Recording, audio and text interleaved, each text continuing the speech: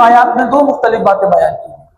ایک یہ کہ فاروق اعظم رضی اللہ تعالیٰ عنہ جب اپنے حجرے سے نکل کر مسجد کی طرف آ رہے تھے اس دوران آپ پر حملہ ہوا، اور دوسری روایت یہ ہے کہ فاروق اعظم رضی اللہ تعالیٰ عنہ کا طریقہ کار یہ تھا کہ جب نماز کے لیے کھڑے ہوتے تھے تو اعلان کیا کرتے تھے کہ اپنی صفوں کو درست کر لو، اور اس کے بعد پھر تکبیر کہتے تھے۔ تو فاروق اعظم رضی اللہ تعالیٰ عنہ مسجد میں آ چکے تھے اور جماعت کھڑی ہونے لگی تھی کہ ارشاد فرمایا اپنی صفوں کو درست کر لو۔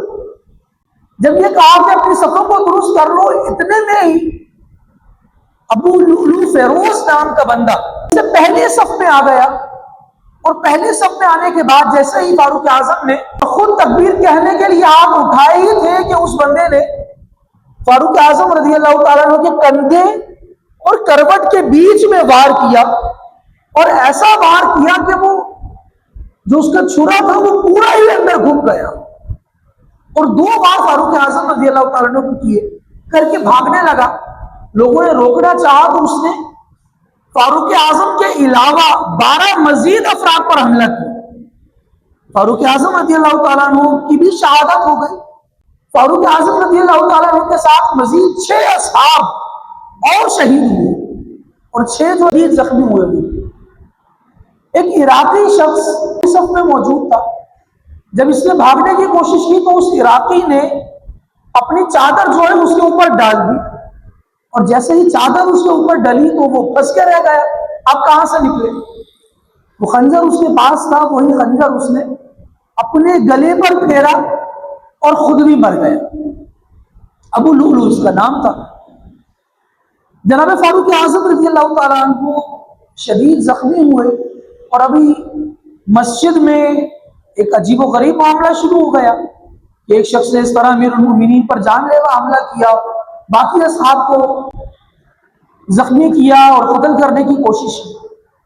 حضرت عبد الرحمن بن عوف رضی اللہ تعالیٰ عنہ اسی دوران آگے آئے اور مختصر نماز پڑھائی، یعنی نماز فجر میں پہلی رکعت میں سورہ والعصر تلاوت کی گئی، اور دوسری رکعت میں انا اعطیناک الکوثر تلاوت کی گئی، اور پھر فاروق اعظم رضی اللہ تعالیٰ عنہ کو اٹھا کر ان کے خیمے میں لے جانے لگے۔ جیسے ہی خیمے میں لے کر پہنچے فاروق اعظم رضی اللہ تعالیٰ عنہ ہوش میں آتے ہیں، اور سب سے پہلا سوال یہ کرتے ہیں کہ کیا سب لوگوں نے نماز پڑھ لی؟ کیا سب لوگوں نے نماز پڑھ لی ہے؟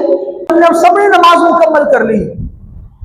فاروق اعظم رضی اللہ تعالیٰ عنہ جو ابھی بے ہوشی سے ہوش میں آئے ہیں، قاتلانہ حملہ ہوا ہے، پتہ ہے کیا کہتے ہیں؟ فاروق اعظم رضی اللہ تعالیٰ عنہ کہتے ہیں تم نے اچھا کیا، تم نے بہت اچھا کیا، کیونکہ اس شخص کا کوئی دین نہیں ہے جس میں نماز کی پابندی نہیں۔ پھر روایات میں اس بات کو باقاعدہ بیان کیا گیا 3 دن تک فاروق اعظم رضی اللہ تعالیٰ عنہ زندہ رہے، اور ساری نمازیں فاروق اعظم رضی اللہ تعالیٰ عنہ وضو کرنے کے بعد انہی کپڑوں میں ادا فرماتے رہے جن کپڑوں میں آپ پر قاتلانہ حملہ کیا گیا۔ نماز آپ نے نہیں چھوڑی۔ فاروق اعظم بیان کر کے چلے گئے کہ جان جا رہی ہے لیکن اپنی نماز کی فکر تمہیں ہے کیا؟ اگر تمہیں نماز کی فکر نہیں ہے، تمہارے ہاتھ سے نماز چلی گئی تو پھر سمجھ لو کہ دین بھی تمہارے ہاتھ سے ایسے ہی جا رہا، ایسے ہی رخصت ہو رہا۔ اللہ کریم ہمیں اپنی نمازوں کی فکر کرنے کی توفیق عطا فرمائے، اور امیر المؤمنین خلیفۃ المسلمین متمم الاربعین جناب سیدنا فاروق اعظم رضی اللہ تعالیٰ عنہ کے صدقے ہمیں دین کی سمجھ نصیب فرمائے۔